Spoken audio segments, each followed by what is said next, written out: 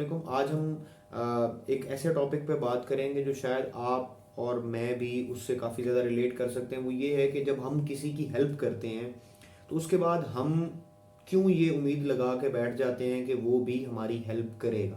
ये समझ लें हमारी नेचर है, हमारी फितरत में उस तरीके से शामिल हो चुका है। लेकिन अगर आप हकीकी मायनों में देखें या अगर आप इस्लामिकली इस चीज़ को देखें तो इस्लाम में भी ये है कि आप किसी की मदद करते हुए ये मत सोचें कि वो मेरी मदद वापस करेगा। उसका सिला आपको वो इंसान नहीं देगा बल्कि खुदा की ज़ात देगी। तो खुदा से उम्मीद रखें। जब हम इंसानों से उम्मीद लगाते हैं, देखें कई दफ़ा क्या होता है कि वो इंसान नहीं करता या करना नहीं चाहता, लेकिन कई दफ़ा वो इंसान करना भी चाहता है बट उसके पास ना उतने वसाइल हैं, ना ऑप्शंस हैं, या सिचुएशंस उस हक में नहीं है कि वो उस तरीके से आपकी हेल्प कर सके।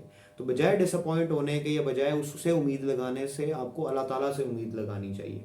क्योंकि जब आप किसी के साथ भला करते हैं और उसके बाद जो है वो आप ये उम्मीद लगा देते हैं कि ये मेरे साथ भला करेगा और मेरे साथ भी वैसा ही करेगा जैसा मैंने किया है, तो ये ज़रूरी नहीं है।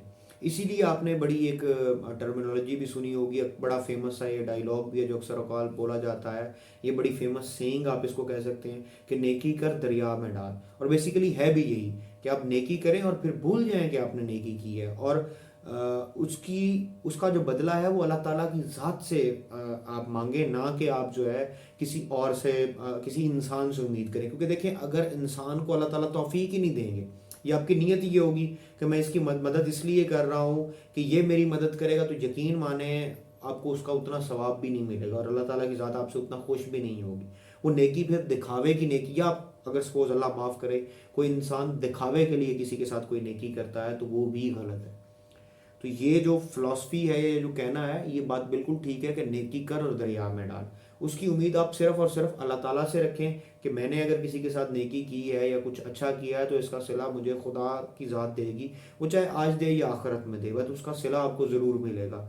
तो ये बहुत अहम है कि आप नेकी करते हुए ये मत सोचें कि मैं इसलिए नेकी कर रहा हूँ कि ये कल को मेरी मदद करेगा, या आप उसको ये गिनवाना ना शुरू कर दें कि मैंने तुम्हारी यहाँ हेल्प की थी, यहाँ हेल्प की थी। हाँ, कभी कभार बंदा गुस्से में कह जाता है, बट अगर कोई इंसान बार बार ये चीज़ें गिनवाता है तो इसका मतलब ये है कि उसने नेकी जो है शायद उस नीयत से नहीं की, या उसने एक अच्छे अमल के अंदर जो है वो या एक अच्छी चीज़ के अंदर थोड़ी सी किसी और चीज़ की मिलावट कर दी और उस चीज़ की वो वर्थ नहीं रहेगी।